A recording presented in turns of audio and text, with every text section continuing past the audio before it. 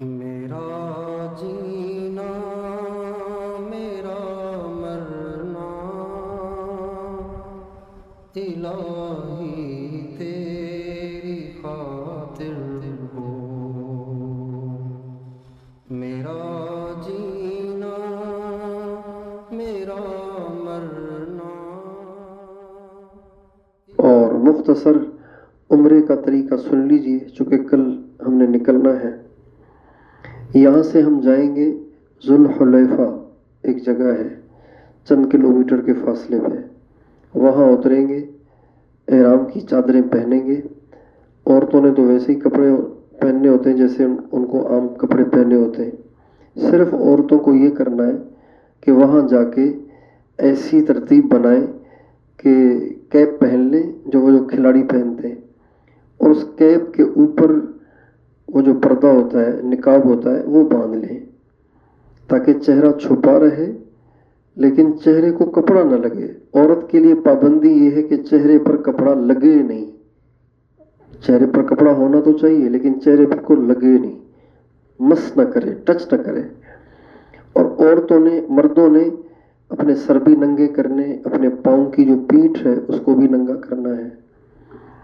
اور سلے ہوئے کپڑے اتار کر 2 چادریں پہننی ہیں، ایک چادر نیچے، ایک چادر اوپر جو کہ سلائی نہیں ہوگی.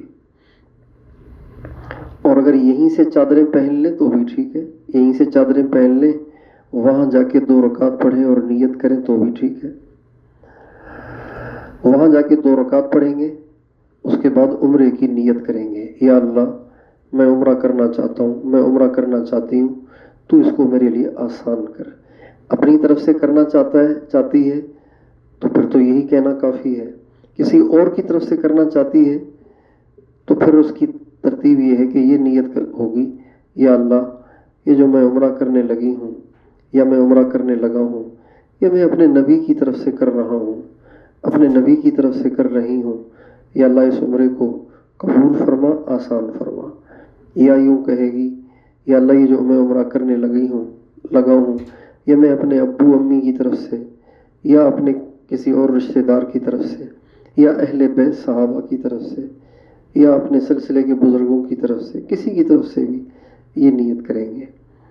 اور اس کے بعد 2 رکعت پڑھ کے نیت کر کے اس کے بعد مرد ٹوپی اتار دیں گے اور تلبیہ پڑھیں گے.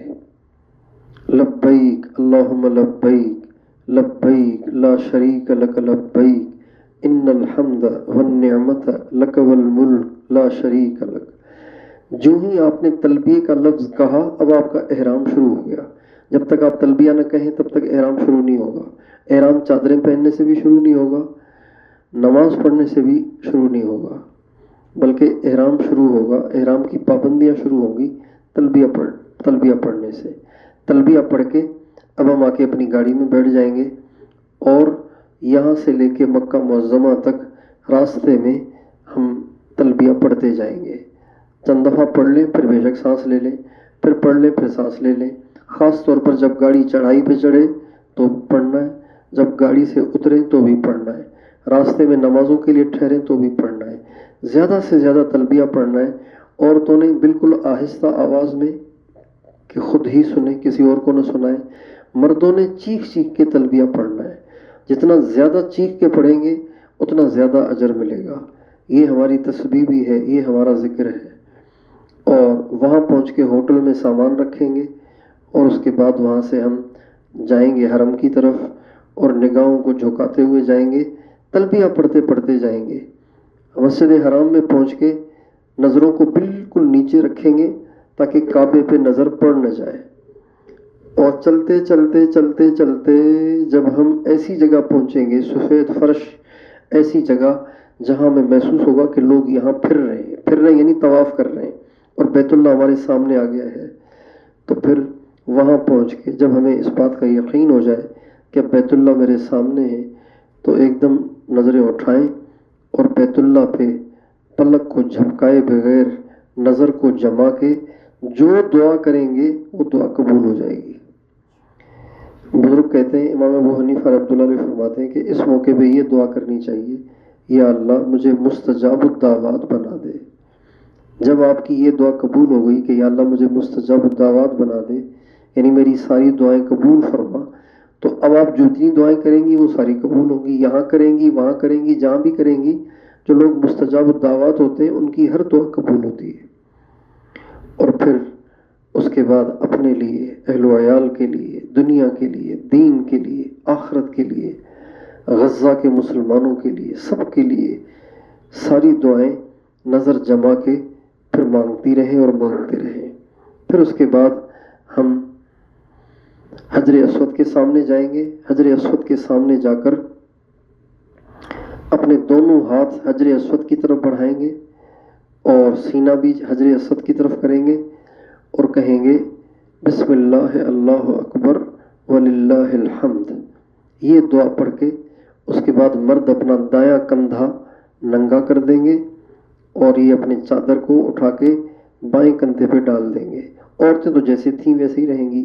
اب اس کے بعد تلبیہ نہیں پڑھنا، تلبیہ یہاں ختم ہو گیا۔ اب ہم نے 7 چکر کاٹنے ہیں۔ پہلے 3 چکر ذرا تیز رفتاری سے، باقی 4 چکر سکون سے۔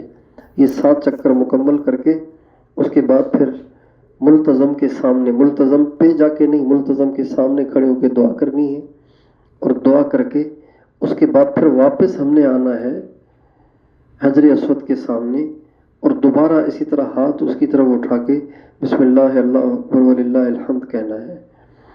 اگر یہ کر سکیں تو، اور اگر مجمع زیادہ پہ آ رہا ہے، آپ اپوزٹ جائیں گے، مخالف سمت میں جائیں گے تو مشکل ہوگی، تو پھر یہ رہنے دیں۔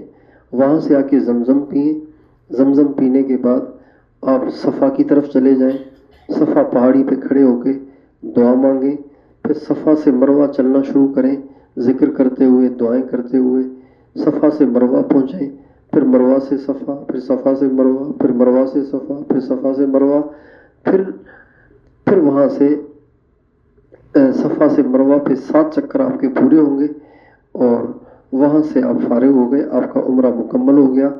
اب عورتوں نے اپنے سارے بال جمع کر کے ایک پورے کے، یہ جو انگلی پہ 3 لکیریں ہیں نا، ان میں سے ایک جو لکیر ہے اتنے یا اس سے تھوڑے سے زیادہ بال، سارے بالوں کو جمع کر کے اس میں سے کاٹنے ہیں۔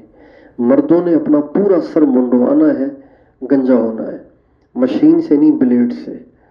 بس یہ کریں گے تو ہمارا عمرہ مکمل ہو گیا، اور اب ہماری ہوٹل کو واپسی ہوگی۔ تو بس مین چیزیں جو عمرے میں ہیں 2 ہیں، 7 چکر طواف کے اور 7 چکر صفا اور مروہ کے، بس یہ مین چیزیں ہیں۔ اللہ تعالی ہمارے لیے اس کو آسان فرمائے۔